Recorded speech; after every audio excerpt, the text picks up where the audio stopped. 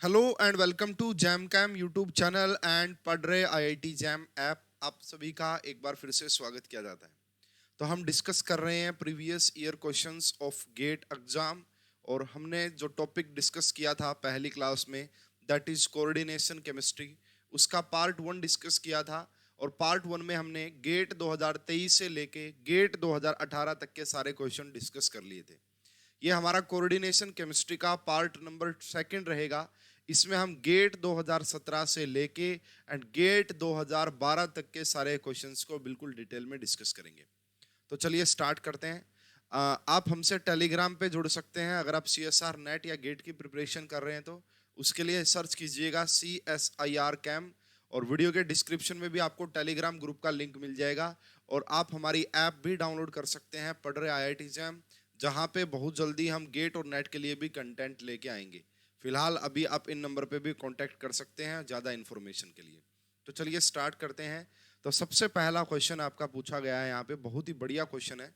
The electronic ground state term for chromium. तो यहाँ पे देखिए, क्रोमियम आपका +2 ऑक्सीडेशन स्टेट में है। अगर आपका क्रोमियम +2 ऑक्सीडेशन स्टेट में, इसका मतलब D4। और दूसरी नोट करने वाली बात क्या है कि यहाँ पे CN लगा हुआ जो कि एक स्ट्रॉन्ग फील्ड लिगैंड होता है। तो ये D4 लो स्पिन का केस होगा। अगर हम D4 लो स्पिन की स्प्लिटिंग दिखाएं, मतलब कैसी होती है, तो देखिएगा यहाँ पे 1 2 3 4, ठीक है। यहाँ पे होता है +2, यहाँ पे होता है +1, यहाँ पे होता है 0, यहाँ पे होता है -1, यहाँ पे -2। तो 2 की मल्टीप्लाई 2 से करी 4 आ गया, एंड प्लस में 1 किया तो 5। और कैपिटल L की वैल्यू अगर 5 आ रही है, इसका मतलब क्या होता है, कैपिटल L की वैल्यू अगर 0 हो, 1 हो, 2 हो, 3 हो, 4 हो, 5। तो अगर 1 हो तो S टर्म होती है, S स्टेट, फिर P होती है P, D, F, G, और यहाँ पे क्या आ जाएगा H। यानी कि यहाँ पे जो आपको स्टेट देखने को मिलेगी that is H। Unpaired electron कितने नजर आ रहे हैं आपको यहाँ पे? 2 अनपेयर्ड इलेक्ट्रॉन है। तो आपका जो स्पिन क्वांटम नंबर रहा होगा that is 1, and spin multiplicity that is 3। Spin multiplicity कितनी आ गई? 3 आ गई। तो 3H, ठीक है। तो ऐसा हमें सिर्फ और सिर्फ एक ही ऑप्शन नजर आ रहा है, that is option number B. That is option number B. Student, अगर आप इस क्वेश्चन को VBT से सॉल्व करेंगे तो आपका आंसर अलग आएगा, रोंग आएगा। इस क्वेश्चन को आपने CFT से ही सॉल्व करना है। अगर आप कुछ इस प्रकार से इस क्वेश्चन को करते तो कहानी बिल्कुल डिफरेंट आपको देखने को मिलती। अगर आप कुछ इस प्रकार से 1 2 3 4 ऐसे करते तो क्यों? क्योंकि अब यहाँ पे कहानी अलग हो जाती और ये वाली अप्रोच यहाँ पे रॉन्ग होगी। ये D4 लो स्पिन का केस है। आपको यहाँ पे CFT के पॉइंट ऑफ व्यू से इस क्वेश्चन को सॉल्व करना है, तब जाके आपका इस क्वेश्चन का करेक्ट आंसर आएगा। तो B is the correct answer, ठीक है। उसके बाद ये वाला क्वेश्चन देखिएगा भाई। यहाँ पे आपसे बोला गया है intense ligand to metal charge transfer transition wavelength का ऑर्डर आपसे पूछा है। तो ऐसा क्वेश्चन मैं ऑलरेडी आपको करवा चुका हूँ। CSR नेट के भी हमारे PYQ की सीरीज अवेलेबल है, अगर वो नहीं देखी तो आपने वो भी जरूर देख लीजिएगा। तो अगर आपकी बात करें वेवलेंथ की, तो यहाँ पे Mn आपका +7 ऑक्सीडेशन स्टेट में है, यहाँ पे क्रोमियम +6 ऑक्सीडेशन स्टेट में है, एंड वेनेडियम आपका +5 ऑक्सीडेशन स्टेट में है। जैसे जैसे ऑक्सीडेशन नंबर बढ़ता है वैसे वैसे इलेक्ट्रोनेगेटिविटी बढ़ती है, और इलेक्ट्रोनेगेटिविटी अगर बढ़ती है तो एनर्जी कम होती है, ठीक है। अगर ये मेटल्स यहाँ पे इनके लेवल आ रहे हैं फॉर एग्जांपल, और लिगेंड का लेवल यहाँ पे है, तो आप देख सकते हैं कि सबसे कम एनर्जी जो होती है वो Mn+3 के केस में होगी। अगर यहाँ पे एनर्जी कम है तो वेवलेंथ इसकी मैक्सिमम होगी, वेवलेंथ इसकी मैक्सिमम होगी। तो Mn वेवलेंथ पूछा तो ये एनर्जी पूछते तो ऑर्डर रिवर्स हो जाता। तो ये दोनों तो पॉसिबल नहीं है यहाँ पे। ये Mn हो गया। उसके बाद आपका क्रोमियम और वेनेडियम, जितनी ऑक्सीडेशन स्टेट ज्यादा होगी उतनी इंटेंसिटी ज्यादा होगी, उतनी वेवलेंथ ज्यादा होगी। सो इस क्वेश्चन का करेक्ट आंसर C आना चाहिए था। चलिए जी नेक्स्ट क्वेश्चन देखते हैं। ये क्वेश्चन लिटिल बिट ट्रिकी है, थोड़ा सा ध्यान देना पड़ेगा इसमें, नहीं तो मिस्टेक के चांसेस हैं। यहाँ पे देखिएगा, delta O is the crystal field splitting energy and P is the electron pairing energy. तो आपको CFSC बतानी है कोबाल्ट +2। देखिए वैसे अगर मैं बात करूं कोबाल्ट +2 में आपका D7 होगा, और अमोनिया जर्नली कैसा फील्ड, जर्नली कैसा होता है, स्ट्रॉन्ग फील्ड लिगेंड होता है। Ammonia generally strong field ligand होता है, बट कोबाल्ट +2 के केस में ammonia is weak field ligand. Note कर लेना इस बात को, कोबाल्ट +2 के केस में अमोनिया वीक फील्ड लिगेंड होता है। अगर ये वीक फील्ड लिगेंड हो गया इसका मतलब ये हाई स्पिन कॉम्प्लेक्स रहा होगा। अगर ये हाई स्पिन कॉम्प्लेक्स है तो यहाँ पे कहानी कुछ अलग तरीके की नजर आएगी। 1 2 3 4 5 6 7। अगर हम यहाँ पे CFSC की वैल्यू निकालते हैं, एक चीज और नोट कर लीजिएगा आप यहाँ पे, अगर आपके पास यहाँ पे कुछ इस प्रकार से 1 2 3 4 5 6 7, तो 2 की पेयरिंग पहले, अगर आप नॉर्मल वे से जाते तो भी 2 की पेयरिंग करवानी ही पड़ती, ऐसे भी 2 की पेयरिंग हुई है। तो पहले तो हम यहाँ पे CFSC निकाल लेते हैं। तो CFSC कैसे, यहाँ पे कितने इलेक्ट्रॉन नजर आ रहे हैं, 3 और 2 5, 5 की मल्टीप्लाई कर दो -0.4 डेल्टा O से, प्लस में है ना यहाँ पे 2 की मल्टीप्लाई कर दो +0.6 डेल्टा O से। जब आप यहां से देखेंगे तो दैट इज आंसर आ जाएगा -0.डेल्टा O। अब बात आती है जी पेयरिंग एनर्जी कितनी होगी, तो मैं आपको यही समझाने की कोशिश कर रहा था यहाँ पे कि अगर आप यहाँ पे देखते तो 2 की पेयरिंग करवानी पड़ती, यहाँ पे भी 2 की ही पेयरिंग हुई है, तो 2 की पेयरिंग 2, यहाँ पे आपको पेयरिंग दिखाने की जरूरत नहीं है, 0 होगी पेयरिंग एनर्जी, क्योंकि 2 की पेयरिंग तो नॉर्मल होगी ही होगी, तो उसको CFSC में दिखाने की जरूरत नहीं होगी। इस क्वेश्चन का करेक्ट आंसर आएगा ऑप्शन नंबर सी। इस क्वेश्चन का करेक्ट आंसर आएगा ऑप्शन नंबर सी। होप कि आपको ये बिल्कुल क्लियर हो गया होगा। यस, ये क्वेश्चन देखिएगा भाई, ये आपका गेट 2017 का क्वेश्चन है ट्रांस इफेक्ट का। ऐसा सेम क्वेश्चन आपसे जैम 2019 में पूछा गया था, एंड जैम के भी प्रीवियस ईयर अवेलेबल हैं कोऑर्डिनेशन केमिस्ट्री के, अगर आप देखना चाहते हैं तो भाई फाइनली आपको गेट 2023 का क्वेश्चन करवाया था मैंने ट्रांस इफेक्ट का, एंड उस दौरान मैंने आपको ट्रिक बताई थी, कान को नो पर ऐसे हाँ, मैं पागल नहीं, है ना, आई भर कर पी नहीं फिर ओ वाटर। अगर वो आपको ट्रांस सीरीज याद है, मेरी ट्रिक से याद है, तो फिर इस क्वेश्चन में आपको कोई प्रॉब्लम होने वाली नहीं है। ये कह रहे हैं भाई इस क्लोरीन को जाना है यहाँ से, है ना, इस क्लोरीन को जाना है, पिरिडीन को आना है, और यहाँ पे ये जो लिगेंड है बताइए कि किसके केस में रेट फास्टेस्ट होगा। तो देखिए ट्रिक क्या थी, अगर मैं एक बार दोबारा से फिर लिखूं, कान को नो पर ऐसे हाँ, PR3 ASR3 पर ऐसे हाँ, H नेगेटिव पर ऐसे हाँ में क्या आ रहा था, H नेगेटिव। उसके बाद क्या था, मैं पागल नहीं, मैं का मतलब यहाँ पे किससे, मिथाइल, है ना, पागल का मतलब PH फिनाइल, ना नहीं NO2। इसका मीनिंग क्या होता है, सबसे ज्यादा जो ट्रांस इफेक्ट की वैल्यू होती है वो H नेगेटिव के लिए होती है, फिर मिथाइल के लिए होती है, फिर फिनाइल के लिए होती है, और क्लोरीन के लिए सबसे कम होती है, क्लोरीन के लिए सबसे कम होती है। तो ऐसा जो ऑप्शन आपको नजर आ रहा है that is option number D, that is option number D. तो ये आपका ट्रांस इफेक्ट का क्वेश्चन था, और ट्रिक मैंने बड़ी शानदार बड़ी जबरदस्त आपको ऑलरेडी करवा रखी है, एंड सेम इसी पैटर्न का क्वेश्चन आपको गेट 2023 में भी देखने को मिला था। अगर ट्रांस इफेक्ट में आप ये सीरीज याद कर लेते हैं फिर आपको कोई भी प्रॉब्लम आने वाली नहीं है। नेक्स्ट क्वेश्चन देखिए, गेट 16 में आपसे पूछा था, in the first row high spin, ये बता रखा है D5 के लिए और D7 के लिए, ऑक्टाहेड्रल है ना, तो यहाँ पे देखिए D5 हाई स्पिन कैसा होता है सभी को पता होगा, बार बार बताया जाता है ना, कि ऑक्टाहेड्रल में सारे स्पिन अलाउड होते हैं except D5 high spin. D5 high spin जैसे क्या होता है, वो आपका स्पिन फॉरबिडन होता है, क्योंकि वहां पे स्पिन चेंज हो जाती है, और उसके अलावा जितने भी है ना, उसके इसको छोड़ के जितने भी ऑक्टाहेड्रल कॉम्प्लेक्स होते हैं, है ना, जितनी भी पॉसिबिलिटीज होती है वो सारे स्पिन अलाउड होते हैं। तो क्या दोनों स्पिन फॉरबिडन होंगे, नहीं। क्या दोनों स्पिन अलाउड होंगे, नहीं। क्या D5 जो दिख रहा है वो स्पिन फॉरबिडन होगा, and spin allowed for D7, बिल्कुल सही आंसर आएगा सी, बिल्कुल सही आंसर आएगा सी। सी इस क्वेश्चन का करेक्ट आंसर रहा होगा।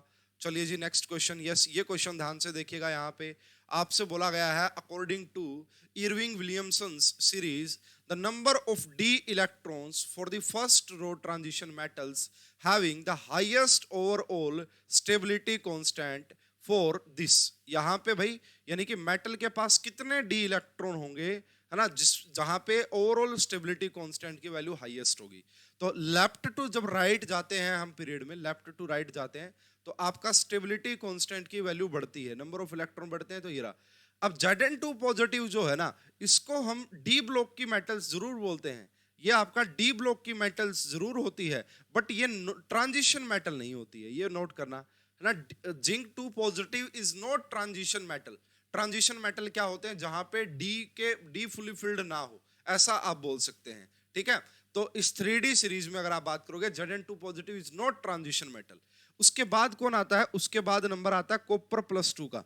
अगर कॉपर +2 में है, अगर कॉपर +2 में है तो यहाँ पे डी के अंदर 9 इलेक्ट्रॉन रहे होंगे। अगर डी के अंदर 9 इलेक्ट्रॉन है तो लेफ्ट टू राइट, मैंने आपको बताया भी, जनरली लेफ्ट टू राइट आपका ओवरऑल स्टेबिलिटी कांस्टेंट की वैल्यू इंक्रीज करती है। तो यहाँ पे आपसे पूछ रहा हाईएस्ट, तो हाईएस्ट के लिए डी में कितने इलेक्ट्रॉन होने की रिक्वायरमेंट है, हाईएस्ट के लिए डी में 9 इलेक्ट्रॉन होने की रिक्वायरमेंट है। सो इस क्वेश्चन का करेक्ट आंसर आएगा 9। इस क्वेश्चन का करेक्ट आंसर आएगा 9, ठीक है। नेक्स्ट क्वेश्चन देखिएगा, गेट 16 में ही आपसे पूछा गया था, बहुत सिंपल सा क्वेश्चन इसको कहेंगे। आयरन +2 में दे रखा है यहाँ पे, आयरन +2 का मतलब होता है D6, और D यहाँ पे रहा होगा हाई स्पिन, क्योंकि वाटर वीक फील्ड लिगेंड होता है।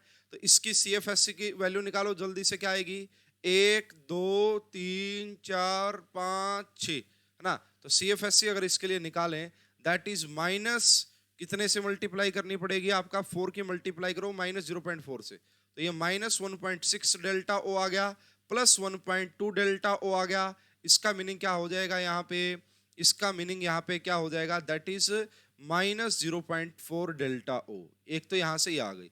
दूसरी, अगर आप इसको क्या लेंगे, Fe+2 ही है, D6 ही है, बट अब ये लो स्पिन हो गया क्योंकि Cn लगा हुआ है ना। अब ये लो स्पिन हो गया, और जैसे ही लो स्पिन हो गया, अब यहाँ पे जबरदस्त वाली CFSC आपको 1 2 3 4 5 6, यानी कि 6 की multiply, that is -2.4 delta O नजर आएगी। अगर आपसे पूछ रहा है the magnitude in delta O की टर्म में, तो करेक्ट आंसर क्या आ जाएगा, इन दोनों का अगर मैग्नीट्यूड देंगे डिफरेंस का, दैट इज 2 डेल्टा O। क्या आ जाएगा, 2 डेल्टा O। सो इस क्वेश्चन का करेक्ट आंसर आएगा दैट इज 2। इस क्वेश्चन का करेक्ट आंसर आ जाएगा 2 का डिफरेंस होगा यहाँ पे, क्योंकि डेल्टा O के टर्म में पूछा है, और बोला गया है क्वेश्चन में कि ignoring pairing energy, pairing energy को कुछ मत करना है यहाँ पे, उसका कुछ नहीं देखना। नेक्स्ट क्वेश्चन देखिए, गेट 16 में ही पूछा गया था, यहाँ पे क्रोमियम +3 नजर आ रहा है, क्रोमियम +3।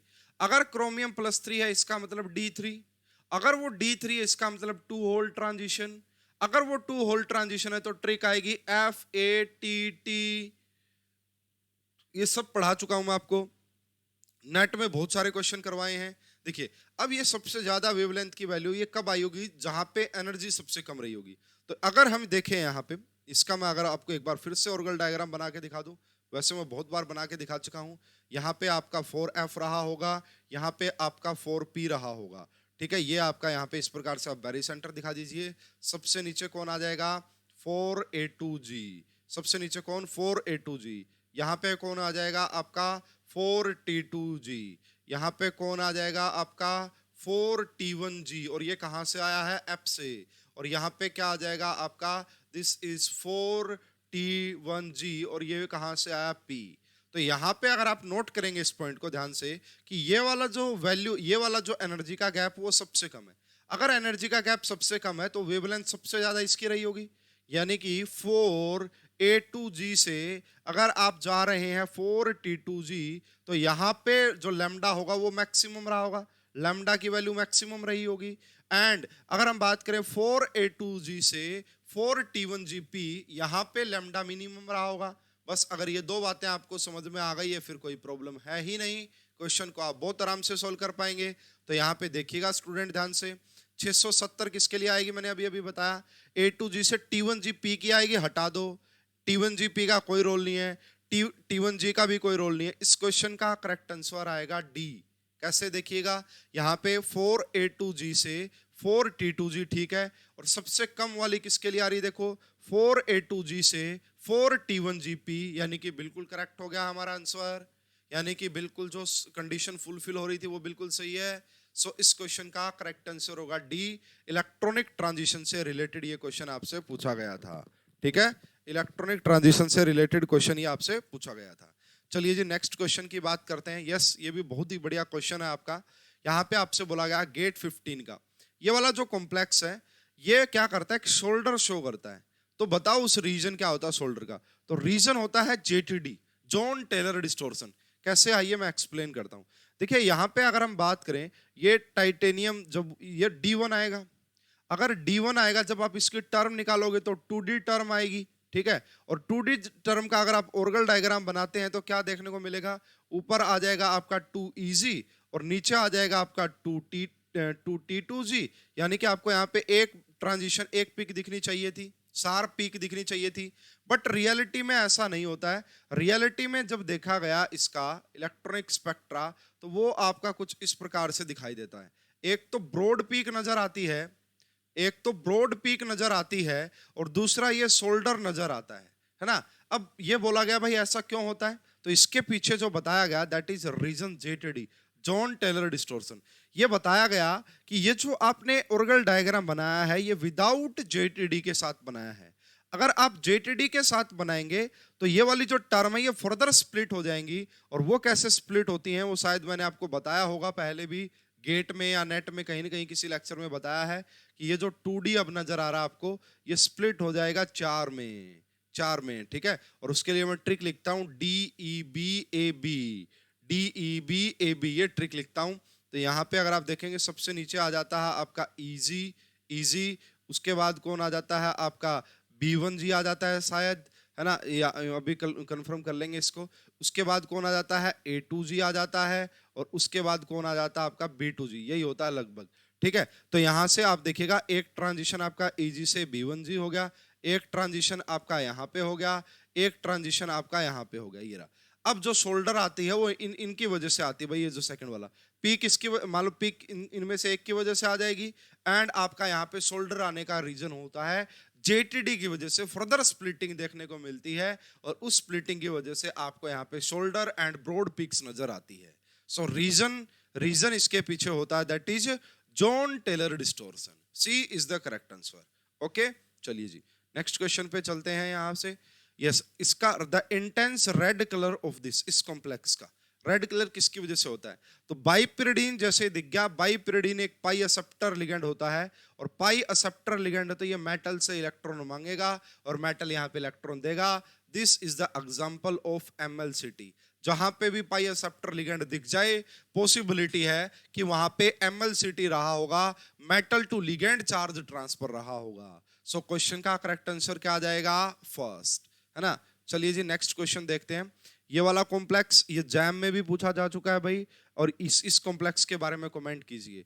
तो यहाँ पे निकल जो +4 ऑक्सीडेशन स्टेट में है, यानी कि D6, और यहाँ पे +4 के केस में फ्लोरीन स्ट्रॉन्ग फील्ड लिगेंड के तौर पे काम करता है ना। क्यों, ऑक्सीडेशन नंबर बढ़ने पे फील्ड स्ट्रेंथ तो बढ़ती ही है, ऑक्सीडेशन नंबर बढ़ने पे फील्ड स्ट्रेंथ तो बढ़ती है, ठीक है। तो यहाँ पे अगर ये स्ट्रॉन्ग फील्ड है तो ये D6 लो स्पिन बन जाएगा। अगर D6 लो स्पिन बन गया तो यहाँ पे आएंगे 0 अनपेयर्ड इलेक्ट्रॉन। अगर 0 अनपेयर्ड इलेक्ट्रॉन आएंगे तो ये आ जाएगा आपका डायामैग्नेटिक कंपाउंड। कैसा आ जाएगा, ये डायामैग्नेटिक। अगर ये डायामैग्नेटिक है इसका मीनिंग क्या है, ये आंसर हो नहीं सकता, ये आंसर हो नहीं सकता। क्या दोनों ही डाया होंगे, तो ये आ गया जी सेकंड ऑप्शन की। अगर हम बात करें तो सेकंड ऑप्शन है आपका कोबाल्ट +3, और कोबाल्ट +3 का भी मतलब होता है D6। बट अब यहाँ पे ये वीक फील्ड लिगेंड होता है फ्लोरीन, है ना। तो 1 2 3 4 5 6 4 अनपेयर्ड इलेक्ट्रॉन होंगे, तो ये वाला जो कॉम्प्लेक्स है वो पैरामैग्नेटिक आएगा, क्योंकि यहाँ पे अनपेयर्ड इलेक्ट्रॉन आपको नजर आ रहे हैं। अगर ये पैरामैग्नेटिक है तो हमारा इस क्वेश्चन का करेक्ट आंसर हो जाएगा D। हमारा इस क्वेश्चन का करेक्ट आंसर हो जाएगा D। तो गेट 15 का क्वेश्चन था ये, ठीक है। नेक्स्ट क्वेश्चन देखिएगा, ये फिर से ट्रांस इफेक्ट से रिलेट किया जा रहा है। आपको बताना है X क्या होगा, X क्या बनेगा। देखिए सबसे पहले क्या है यहाँ पे PT NH3 NH3 NH3, और यहाँ पे फिर से एक NH3, ये स्क्वायर प्लेनर कॉम्प्लेक्स है।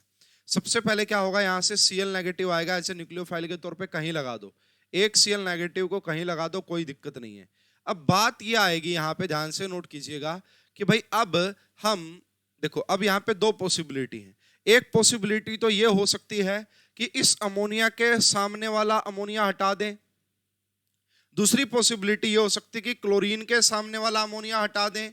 किसको हटाएं भाई बताओ, तो जिसकी ट्रांस इफेक्ट की वैल्यू ज्यादा होती है, जिस भी लिगेंड की ट्रांस इफेक्ट की वैल्यू ज्यादा है उसके सामने वाला हटाया जाता है, उसके सामने वाला हटाया जाता है। तो एक है अमोनिया और एक है आपका क्लोरीन। तो क्लोरीन की ट्रांस इफेक्ट की वैल्यू ज्यादा होती है, अगर आपको ध्यान हो तो। दोबारा से ट्रिक बता देता हूं, कान को नो पर ऐसे हाँ, मैं पागल नहीं, आई भर कर पी, कर का मतलब क्लोरीन, पी नहीं अमोनिया, फिर ओ वाटर, यानी कि क्लोरीन के ट्रांस इफेक्ट की वैल्यू ज्यादा होती है। तो क्लोरीन के सामने वाला अमोनिया हटाइए, एंड यहां पे जो प्रोडक्ट बनेगा दैट इज पीटी, सीएल के सामने सीएल लगेगा एंड अमोनिया के सामने अमोनिया लगेगा, तो ये हमारा बनेगा ट्रांस प्रोडक्ट। क्या बनेगा हमारा? ट्रांस प्रोडक्ट बनेगा। सो इस क्वेश्चन का करेक्ट आंसर आएगा ऑप्शन नंबर बी। इस क्वेश्चन का करेक्ट आंसर आएगा ऑप्शन नंबर बी। होप कि आपको बिल्कुल अच्छे तरीके से ये क्वेश्चन क्लियर हो गया होगा। नेक्स्ट क्वेश्चन देखिएगा स्टूडेंट, यस ये भी काफी इंपॉर्टेंट है, ग्राफिकल क्वेश्चन है। आपसे बोला गया the potential energy versus reaction coordinated diagram for the electron transfer reaction, है ना, with the rate constant K1 K2 K3 and ये सब बताइए। तो देखिए ये बेसिकली रिएक्टेंट होता है, यहाँ पे ये प्रोडक्ट में कन्वर्ट हो गया, ये आपका प्रोडक्ट होता है, यहाँ पे रिएक्टेंट रहा होगा। इस पॉइंट को देखिए स्टूडेंट, जहां पे ये दोनों मिल रहे हैं, इसी पॉइंट को बोला जाता है आपका, जहां पे जो है लिगैंड इंटरचेंज करते हैं, इसी पॉइंट को बोला जाता है आपका। ठीक है, ये वाला पॉइंट है यहाँ पे, जहां पे सॉरी लिगैंड इंटरचेंज नहीं, सॉरी इस पॉइंट पे आपका इलेक्ट्रॉन ट्रांसफर होता है। क्या होता है इस पॉइंट पे? Electron transfer. अब ये देखिए, ये वाली जो कर्व है इसकी सबसे लोअर ये रहा, और ये जो गैप आप देख पा रहे हैं इसको हम बोलते हैं डेल्टा जी हैश करके, है ना। एक्टिवेशन एनर्जी भी आप इसको बोल सकते हैं केमिकल काइनेटिक्स के फॉर्मेट में, है ना। ये रहा, तो ये गैप यहाँ पे कैसा नजर आ रहा है? ये रहा जी, ठीक है। अगर इसकी बात करोगे, इस कर्व का जो लोअर पॉइंट है एंड ये दोनों जो जहां पे पॉइंट मिल रहे हैं, है ना, देखो इस कर्व का जो लोअर पॉइंट है और ये दोनों कर्व जहां पे मिल रही है वो एक ही पॉइंट है। जब भी ऐसा होता है वहां पे डेल्टा जी हैश जीरो के इक्वल होता है, जीरो के इक्वल होता है। ठीक है, यहाँ पे जीरो हो गई इसके लिए। इसकी बात अगर हम करते हैं, यहाँ पे देखो इसका जो नेगेटिव पॉइंट है वो ये है, और यहाँ पे ये दोनों मिल रहे हैं, ये गैप आपको ज्यादा नजर आ रहा होगा as compare to first, as compare to first ये गैप आपको ज्यादा नजर आ रहा होगा। ठीक है, तो एक बात ध्यान रखिएगा, जो आपका रेट कांस्टेंट होता है, order rate is inversely proportional to delta G hash. अगर भाई हमें ज्यादा एक्टिवेशन एनर्जी देनी पड़ेगी तो रेट कम रहा होगा, अगर ज्यादा एक्टिवेशन एनर्जी देनी पड़ेगी तो रेट कम रहा होगा, तो सब इनवर्सली प्रोपोर्शनल होते हैं। अब देखो यहाँ पे इसकी वैल्यू तो जीरो ही है, इसका मतलब इसका रेट कांस्टेंट सबसे ज्यादा होगा, और इसका रेट कांस्टेंट सबसे ज्यादा डी ऑप्शन में दे रखा है, इसका रेट कांस्टेंट सबसे ज्यादा डी ऑप्शन में दे रखा है। इन दोनों में कैसे कंपैरिजन किया? इसके इसके जो डेल्टा जी हैश है उसकी वैल्यू ज्यादा है तो इसका रेट कम होगा, इसकी जो डेल्टा जी हैश की वैल्यू है वो कम है इसलिए इसका रेट ज्यादा होगा। इस क्वेश्चन का करेक्ट आंसर आएगा डी। इस क्वेश्चन का करेक्ट आंसर आएगा डी। चलिए जी नेक्स्ट क्वेश्चन देखिएगा, गेट 14 बिल्कुल बच्चों वाला क्वेश्चन आपसे पूछा गया। NiCO4 जो होता है ये आपका शो करता है टेट्राहेड्रल। क्या शो करता है ये आपका? टेट्राहेड्रल। देखो निकल के पास जीरो ऑक्सीडेशन स्टेट, यहाँ पे इसकी इलेक्ट्रॉनिक कॉन्फ़िगरेशन आर्गन, उसके बाद 3d8 एंड 4s2। अब यहाँ पे कोई पेयरिंग का फंडा तो है नहीं, है ना, यहाँ पे कोई पेयरिंग का 1 2 3 4 5, तो यहाँ पे 1 2 3 4 5 6 7 8, ठीक है। और यहाँ पे s के अंदर 2 इलेक्ट्रॉन रहे होंगे, s के अंदर। इसी प्रकार यहाँ पे p का रहा होगा, तो ये 3d हो गया, ये 4s हो गया, ये 4p। अब आप सभी को पता कि CO इतना स्ट्रॉन्ग फील्ड लिगेंड होता है कि यहां से यहां पेयरिंग हो जाएगी, यहां से यहां पेयरिंग।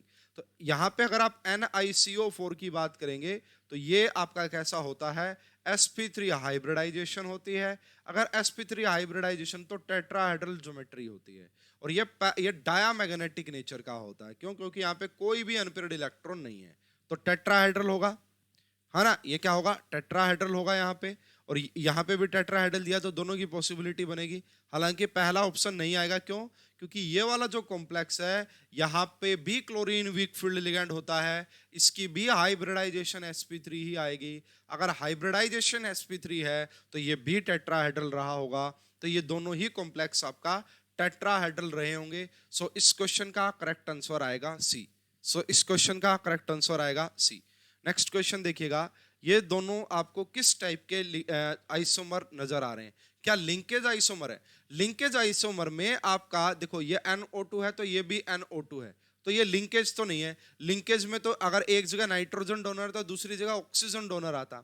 क्या ये पोजिशनल आइसोमर होते हैं? कोऑर्डिनेशन में कोई पोजिशनल आइसोमर नहीं होता। क्या ये आयोनाइजेशन आइसोमर है? Yes, this is the correct answer C. देखो यहां पे आपका क्या है, ये NO2 अंदर चला गया और इसने क्लोरीन को बाहर भेज दिया।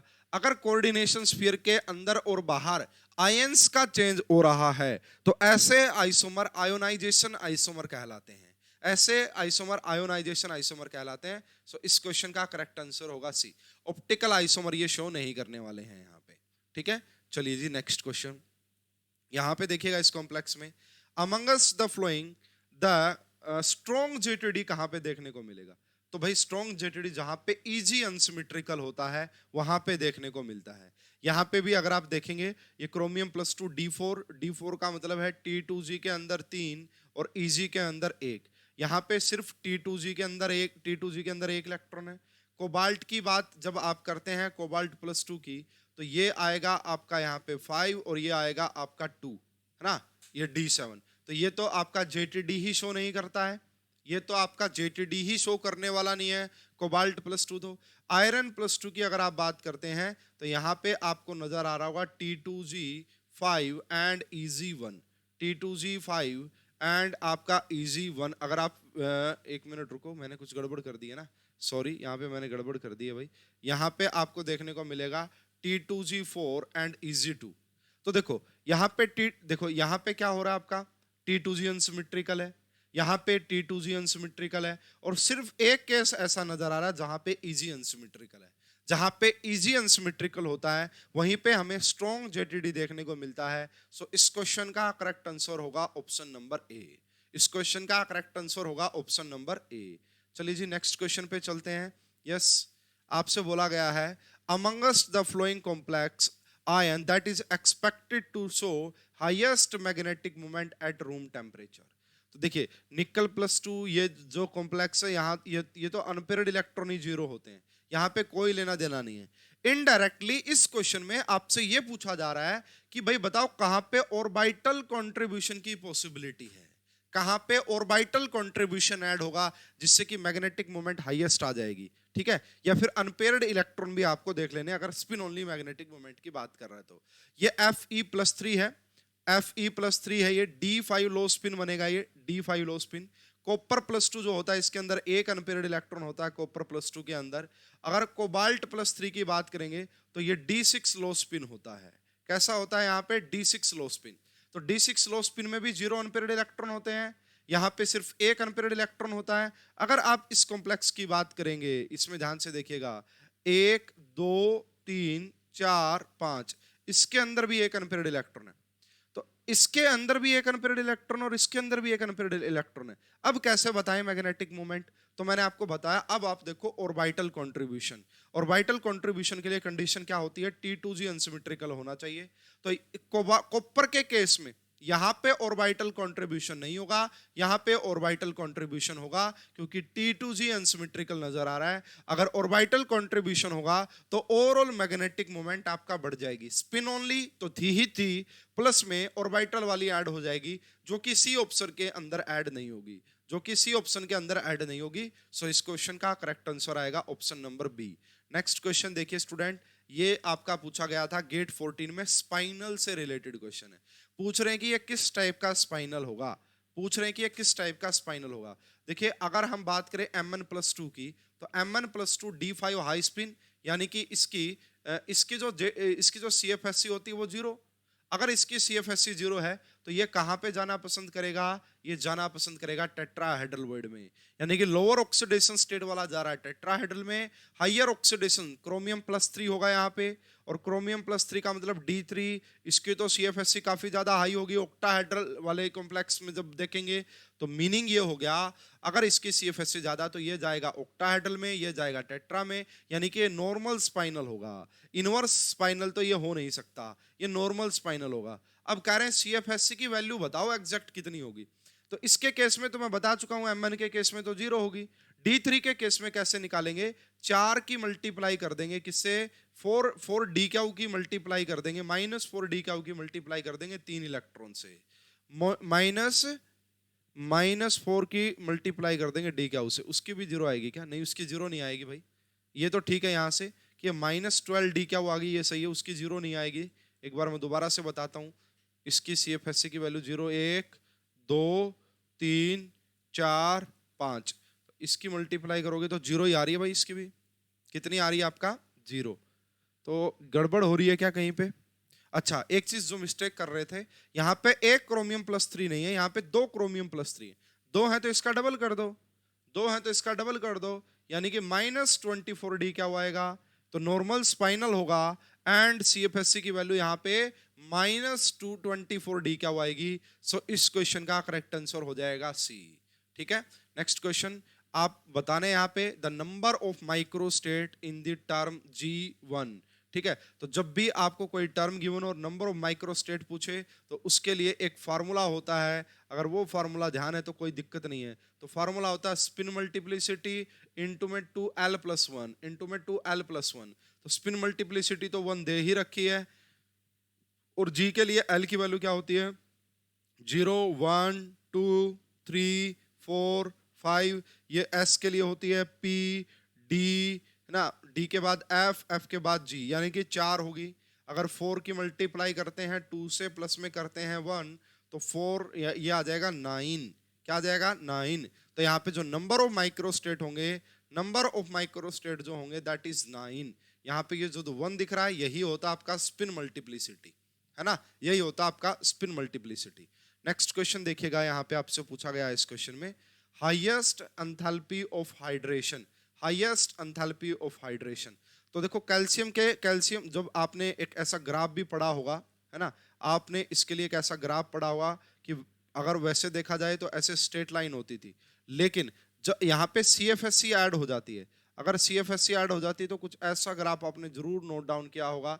पढ़ाया जाता है कि यहाँ पे जो हाइड्रेशन एनर्जी होती है उसमें CFSC ऐड होके आती है। तो कैल्शियम जो होता है ना, कैल्शियम 2 पॉजिटिव, यहाँ तो CFSC का कोई रोल नहीं है, इसलिए ये तो स्ट्रेट लाइन पे ही लाई करता है। Mn अगर आप देखोगे यहाँ पे ये D5 हाई स्पिन होता है और इसकी CFSC भी 0 होती है, इसकी CFSC भी 0 होती है, तो ये इसकी CFSC भी 0 है, तो ये भी नहीं होगी।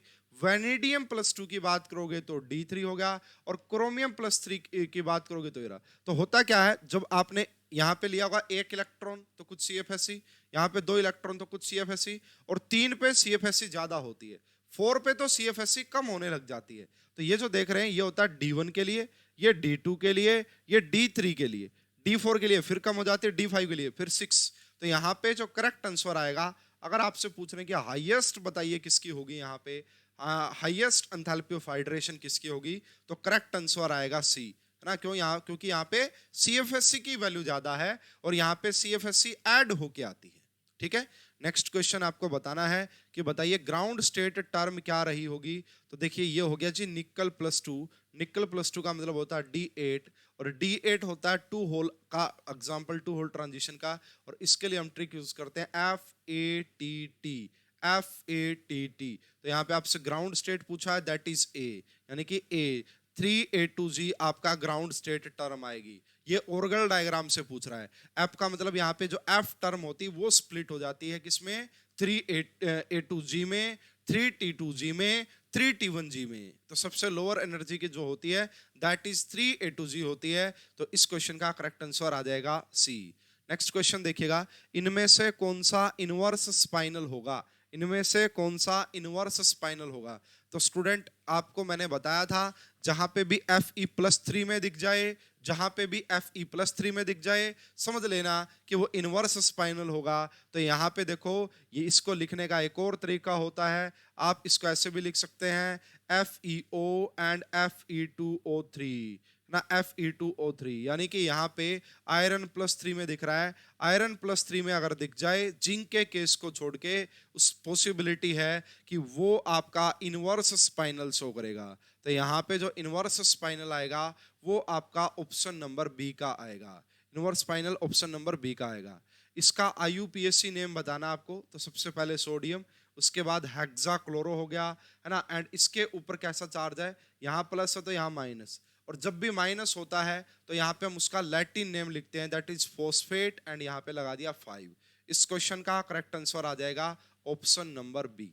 तो ये था जी हमारा गेट 2017 से लेके 2012 तक के क्वेश्चंस का सॉल्यूशन एक और वीडियो में लेके आऊंगा, जिसमें हम लगभग, मेरे पास 2017 तक के पेपर अवेलेबल हैं।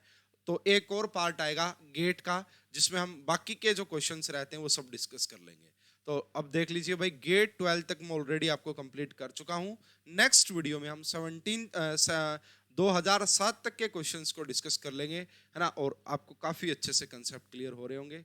अगर आपको भाई ये वीडियो अच्छी लगती है तो लाइक और शेयर किया करो। टेलीग्राम पे जरूर ज्वाइन कीजिएगा, ऐप को जरूर डाउनलोड कीजिएगा एंड चैनल को जरूर सब्सक्राइब करके रखिएगा अगर आपको ऐसे से बढ़िया से कंटेंट चाहिए तो। ठीक है, वीडियो अच्छी लगी तो लाइक और शेयर कीजिएगा। आप सभी का बहुत बहुत धन्यवाद। Thank you.